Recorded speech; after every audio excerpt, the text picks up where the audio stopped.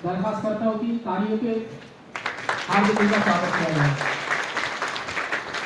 करने के लिए आप सभी से विनती करूंगा कि जोरदार तालियों से हमारे आज की प्रमुख वक्ता माननीय राजरत्न अम्बेडकर साहब का स्वागत करेंगे।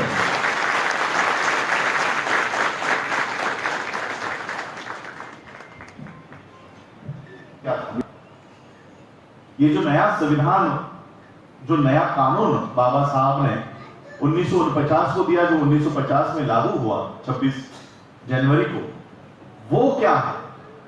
और ये संविधान लागू होने से पहले मनु के संविधान में या मनु के कानून में हमारी परिस्थिति क्या थी, हमारी औकात क्या थी, ये बताने के लिए खुद बाबा साहब अम्बेडकर जी का एग्जाम्पल उदाहरण देना चाहूंगा।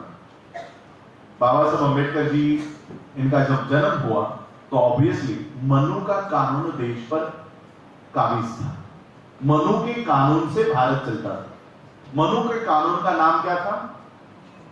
मनुस्मृति। जैसे बाबा साहब के कानून का नाम है भारतीय संविधान, इंडियन कॉन्स्टिट्यूशन, उसी तरह से मनु के कानून का नाम था मनुस्मृति। बाबा साहब, उनसे पहले की कुछ पीढ़ियां इसी मनुस्मृति के कानून में दायरे में आया करती थी।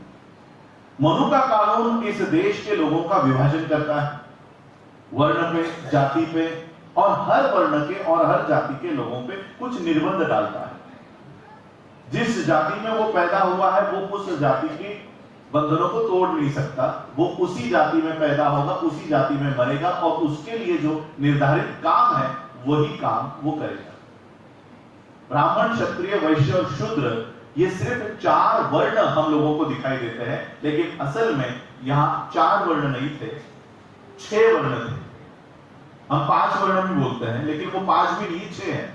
ब्राह्मण, क्षत्रिय, वैश्य और शूद्र। दिशाहू महाराज, महात्मा ज्योतिबा फुले, माता रमाई, माता भीमाई, माता जिजाऊ, माता सावित्री माई, और जिन जिन महापुरुषों ने और महानायिकाओं ने हमारे हक और अधिकार की लड़ाई लड़ी, उन सभी महापुरुषों को और महानायिकाओं को मैं त्रिवार वंदन करता हूं।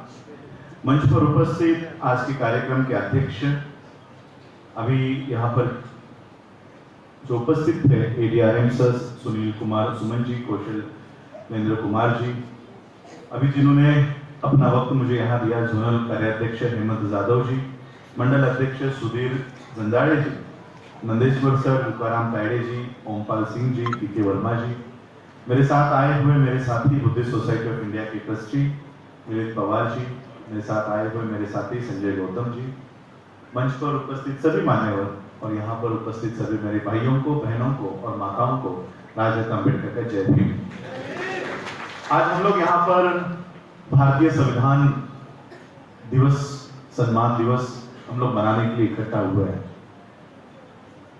सर ने मेरे से पहले शिक्षा के ऊपर जोर दिया कि हम लोगों को, वही बाबा साहब अम्बेडकर जी का भी यही नारा था, to educate, to educate and to organise. शिक्षित करो, संगठित रहो, संघर्ष करो।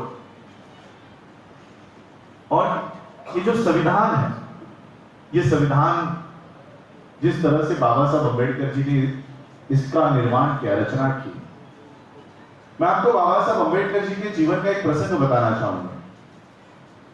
जब बाबा साहब अम्बेडकर, देखिए आज हम लोग संविधान, आज मैं 25 नवंबर 1949 को जब बाबा साहब अम्बेडकर जी ने संविधान सभा का आखिरी भाषण दिया, उस भाषण को रेफर कर रहा था।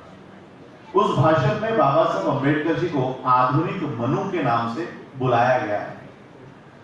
बाबा साहब अम्बेडकर जी को मनु की उपमा दी है, वो भी आधुनिक मनु, और वो इसलिए क्योंकि बाबा साहब अम्बेडकर जी ने एक कानून की, एक लॉ की रचना की, जो पहले का जो मनु था उसके कानून को खत्म करने के लिए एक नया कानून बाबा साहब ने दिया, और इसलिए बाबा साहब को आधुनिक मनु की उपमा संविधान सभा ने 25 नवंबर 1949 को दी है। वो ऑन रिकॉर्ड बाबा साहब अम्बेडकर जी के राइटिंग एंड स्पीचेस में मेंशन है। Chief architect of Indian constitution, ये डॉक्टर राजेंद्र प्रसाद, इन्होंने बाबा साहब अम्बेडकर जी को उपमा दी।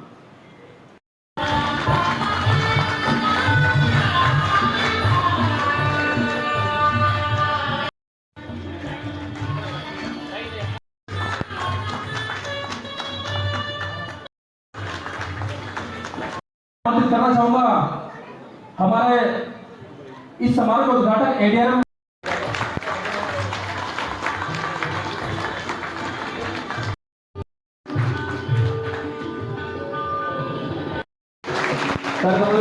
ये तो समझ लेना चाहिए।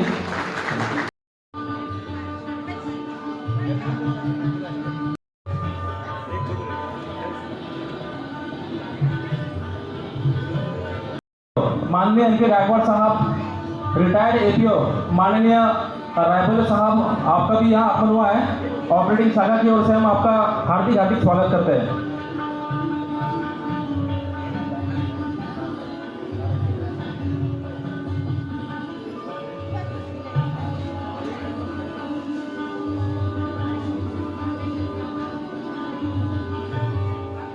साहब, उसी प्रकार मध्य रेल सेंट्रल जोन के कार्याध्यक्ष माननीय हेमंत जाधव जी, इसी प्रकार आज के इस समारोह के उद्घाटक एडीआरएम माननीय सुनील कुमार सुमन जी, एडीआरएम माननीय कौशलेंद्र कुमार जी,